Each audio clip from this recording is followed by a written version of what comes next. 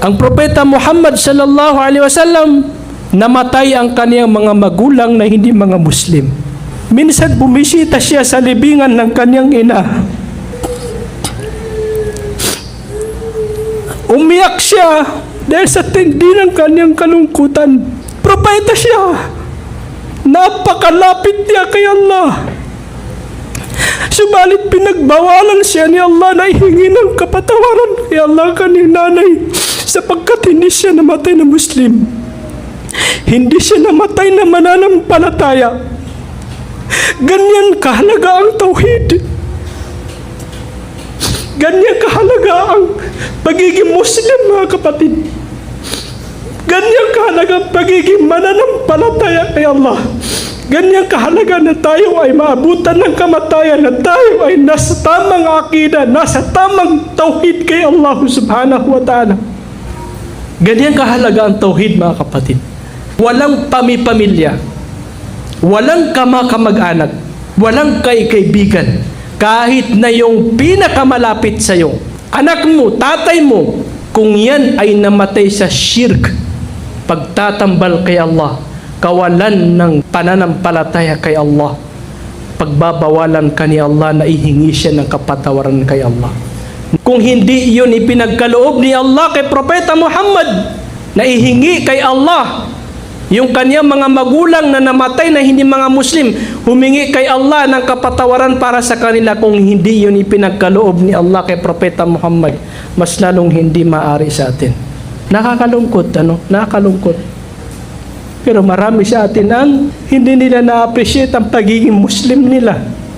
Marami sa atin ang ina-underestimate ang pagiging Muslim nila. Si Propeta Muhammad sallallahu alaihi wasallam, yung kanyang angkin na si Abu Talib, mushrik siya, kafir siya, hindi siya Muslim. Subalit, siya ay malaking sumusuporta kay Propeta Muhammad. Dahil sa concern ni Propeta Muhammad kay Abu Talib, nung malapit na siyang mamatay, nung nag-aagaw buhay na siya, sinikap ni Propeta Muhammad sallallahu alaihi wasallam na sa kahuli-hulihang buhay ni Abu Talib ay siya ay makapagsyahada man lang. O aking uncle, sabihin mo lang, la ilaha illallah. Walang Diyos na dapat sambahin kundi si Allah. Sa pamamagitan nito, ipagtatanggol kita sa kabilang buhay. Maninindigan ako para sa iyo sa kabilang buhay. Allahu Akbar. Subalit, kahit mga propeta, hindi nila kayang gabayan ang nais nilang gabayan. Kaya, hindi siya namatay sa la ilaha illallah. Namatay siya sa shirk. Dahil doon ay ibinaba ni Allah yung kanyang salita sa Quran. Innaka la tahdi man ahbabta, walakin Allah yahdi man yasha. O Muhammad, tunay na hindi mo kayang gabayan ang nanaisin mo magabayan. Subalit si Allah ay ginagabayan niya ang nais niyang magabayan. Allahu Akbar. Ninais naman ni Propeta Muhammad na ihingi siya ng kapatawaran. Pinagbawalan naman ito ni Allah. Ibinaba niya ang makana linnabiyyi walladhina amanu ay yastaghfiru lil mushrikin walau kanu uli qurba min ba'di ma tabayyana lahum annahum ashabul jahim.